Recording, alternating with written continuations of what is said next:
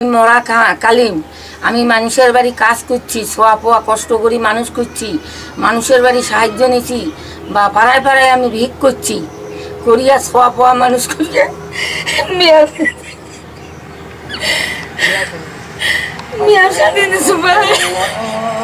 আমার খুব কষ্ট দিন যায়। এখন পর্যন্ত আমি ভালো করে ভাত খাইতে পারি না।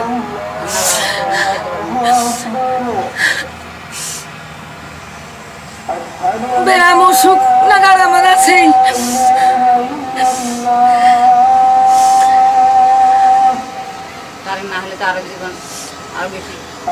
তার আগে দোকান ধরেছি এই রমজান মাসের পরে। তার আগে আমি নিজেই কষ্ট করি ভিক করিয়া দাঁড়ে দাঁড়ে বেড়াইয়া খাইছি। শক্তি নেই বেরোবা, কোঠে গাছতলায় বাসতলায় বসিয়া জিরাও, শুতি থাকো কান্দ, এত কষ্ট করছো আমি। এই কষ্ট করিবার মতন আল্লাহ যাতে আর কখন আনে, যা দিছে মুখে দিছে। মানুষ করনু ছোয়া পক বিয়া দিনু, নাতি পুতি মানুষ করিয়া বিয়া দিনু, এলা কেউ কাকো চিনে না, আমাকে কেউ চিনে না, আমি একাই এখানে পড়িয়েছি। এগুলা পাড়ার গ্রামবাসী দেখিবে না পারিয়া এক ব্যক্তি আমাকে দোকান ধরে দিছে। এই তো এই রমজান মাসের পরে। আর ওই যে সিরাজুল আছে, সিরাজুলের ঘর মাটি দিয়া না ঘর বাস করিয়া আসি। মানসি কাহ টিন দিছে হাফ বান, কাহ দিছে এক বান, এরকম করে কাহ দিছে টাকা পয়সা বাঁশ বেউ এই চাই খুঁজি আনিয়া এই ঘরটা উঠাইছি মাইসের থেকে। এখন পাও চলে না, আমি প্রতিবন্ধী, আমার পাও চলে না, একটা নাঠি নেই, নিয়া দেখুনা দিয়া অঙ্কুরি বেড়াই, হাঁটতেও পারি না, খাইতেও পারি না।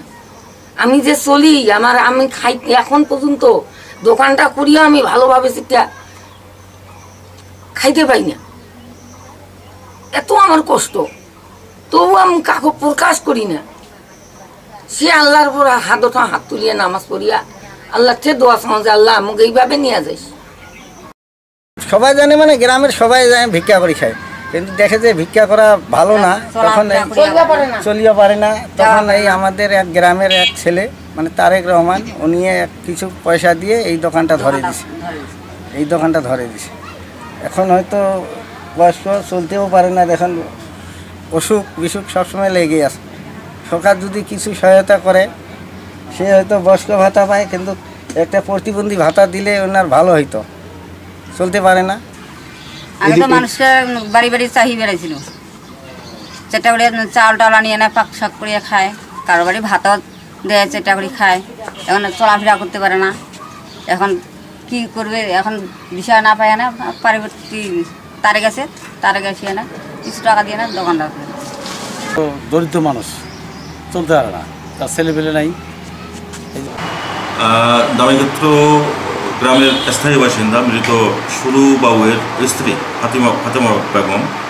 আমি যতটুকু জেনেছি উনি জন্মলগ্ন থেকেই প্রতিবন্ধী, এবং এই অবস্থায় তার বিবাহ হয়। বিবাহ হওয়ার পরে উনি 3 জন সন্তানের জন্ম দেন। 3 জন সন্তানই কন্যা সন্তান। তার কিছুদিন পরেই সন্তানরা ছোট থাকাকালীন অবস্থাতেই তার স্বামী মৃত্যুবরণ করেন। তো এই প্রতিবন্ধী মহিলা একজন পরিশ্রমী মহিলা অবশ্যই বলতে হবে, এই কারণে যে উনি এই অবস্থাতে অনেক পরিশ্রম করে মাঠে ঘাটে কাজকর্ম করে ওনার এই 3 জন মেয়েকেই বিবাহের ব্যবস্থা করেন। এবং উনি যেভাবে জীবনযাপন করতেছেন, এটা একরকম বলা যায় যে কঠোর সংগ্রামী জীবন। একটা যুদ্ধ জয় করে এখনও পর্যন্ত উনি সমাজে টিকে রয়েছেন। তো এখন পর্যন্ত আমরা তার জন্য ইউনিয়ন পরিষদ থেকে যেটা করতে পেরেছি, তাকে বিধবা ভাতার ব্যবস্থা করে দিয়েছি। এছাড়াও আমাদের পক্ষ থেকে যেটা করা সম্ভব, ভিজিএফের সময় তাকে আমরা ভিজিএফের চাউলটা একটু বেশি করে দেওয়ার চেষ্টা করি। এছাড়াও আমি আবেদন করব, বিশেষ করে সমাজসেবা অধিদপ্তরের সংশ্লিষ্ট কর্মকর্তা যারা রয়েছেন তাদের কাছে আমার আকুল আবেদন থাকবে যে এরকম একজন সংগ্রামী মহিলা যার জীবনটাই সংগ্রামের মধ্যে দিয়ে চলতেছে, তাকে আলাদাভাবে মানে এক্সট্রা যদি কোনো সুযোগ সুবিধা করে দেওয়া যায়, তাকে যদি একটা দোকান করে দেওয়া যায়। আগে সে একসময় আমি জানতাম সে ভিক্ষাবৃত্তিতে পেশার সাথেও জড়িত ছিল। তো যাক, পরবর্তীতে সে ওই পেশাটা স্বেচ্ছায় বর্জন করার পরে সে মানুষের বাড়িতেও কাজ করছে। তো সর্বসাকল্যে আমরা সমাজের লোকজন সবাই যদি তার পাশে এগিয়ে আসি, তাকে সহযোগিতা করি, তার এই দীর্ঘ সংগ্রামের পথ কিছুটা হলেও সুগম হবে। সে বর্তমানে বার্ধক্যে পরিণত হয়েছে, তার আগের মতন আর শারীরিক সামর্থ্য নাই, সে সবসময় কাজকর্ম করতে পারে না।